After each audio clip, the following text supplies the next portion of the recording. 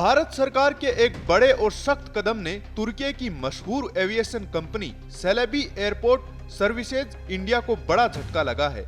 ये वही कंपनी है जो देश के 9 बड़े एयरपोर्ट्स पर ग्राउंड हैंडलिंग और कार्गो सेवाएं दे रही थी, लेकिन अब इसे देश की सुरक्षा के लिहाज से हटा दिया गया है। नागरिक उड्डयन मंत्रालय ने सेलेबी की सुरक्षा मंजूरी को तत्काल प्रभाव से रद्द कर दिया है। इस फैसले का असर न केवल भारत में बल्कि अंतर्राष्ट्रीय स्तर पर भी देखने को मिला। इस्तांबुल शेयर बाजार में कंपनी के शेयरों में 10% की भारी गिरावट आई। बीते कुछ दिनों में कुल मिलाकर लगभग 30% तक की गिरावट दर्ज की गई है। कभी 3285 के स्तर पर पहुंचने वाला शेयर अब 1660 के करीब लुढ़क चुका है। ये कार्रवाई ऐसे समय में हुई है जब तुर्की ने पाकिस्तान के समर्थन में बयान दिए और भारत के ऑपरेशन सिंदूर की आलोचना की। इसके अलावा पीओके में हुए आतंकवाद विरोधी ऑपरेशंस के दौरान तुर्की के ड्रोन्स के इस्तेमाल की खबरों ने भारत को सतर्क कर दिया। देश भर में इस कंपनी पर कार्रवाई की मांग होने लगी। सोशल मीडिया से लेकर संसद तक ये मुद्दा गूंजने लगा। सेलेबी पिछले 1.5 दशक से दिल्ली, मुंबई, बेंगलोर, चेन्नई, हैदराबाद, कोच्चि, अहमदाबाद, कन्नूर और गोवा जैसे प्रमुख हवाई अड्डों पर सेवाएं दे रही थी, लेकिन अब यह सफर खत्म हो चुका है।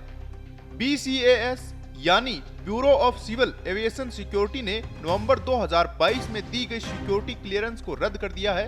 इसके बाद दिल्ली एयरपोर्ट ने भी सेलेबी से संबंध खत्म कर दिए हैं। अब वहां एसेट्स और बर्ड ग्रुप जैसी कंपनियां यात्रियों की सुविधाओं का जिम्मा संभाल रही हैं। इस पूरे विवाद पर सेलेबी इंडिया का बयान आया है। कंपनी ने कहा कि उसका तुर्की सरकार से कोई संबंध नहीं है, वह एक निष्पक्ष और पारदर्शी संस्था है।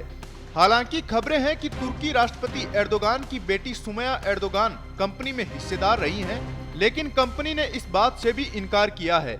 केंद्रीय राज्य मंत्री मुरलीधर मोहोल ने कहा कि भारत की सुरक्षा सर्वोपरि है और अगर कोई कंपनी इससे समझौता करती है तो उस पर कार्रवाई तय है। भारत ने साफ कर दिया है जो कंपनियां यहां कारोबार करेंगी उन्हें भारत की संप्रभुता और सुरक्षा का सम्मान करना ही होगा। चाहे रिश्ता कितना ही पुराना क्यों न हो, देश हित के आगे कोई समझौता नहीं किया जाएगा। बिल्कुल गंभीर है सरकार। आप देख रहे हो कि मुझे लगता है कि जो सिचुएशन अभी सामने है उसके जो हमारे दुश्मन के साथ खड़ा है वो हमारा दुश्मन है। मैंने अभी भी कहा तो तुर्की के लिए तो वही मुद्दा हो गया कि तुर्की की जरूरत किसी भी उनकी सेवा की वस्तु की जरूरत अभी हमें नहीं है। और ये सिचुएशन जो है कि हमने तो पूरे विश्व को ये विश्व शांति का संदेश दिया। हमारे भारत ने तो देखो कोविड के समय में हमने देखा नहीं कि कौन किस विचार से काम कर रहा है, कौन किसके साथ खड़ा है। पूरी मानवतावादी का विचार करके हमने पूरे विश्व को वहां पे कोविड के समय वैक्सीन के माध्यम से हमने मदद की। मोदी जी के नेतृत्व में हमारी सरकार ने पूरे विश्व के लिए एक आधार बन के हम खड़े रहे। लेकिन ठीक है, अभी जिनकी भूमिका है तो उसकी मुझे लगता है कि उसी तरह से उसका जवाब भी दिया जा रहा है।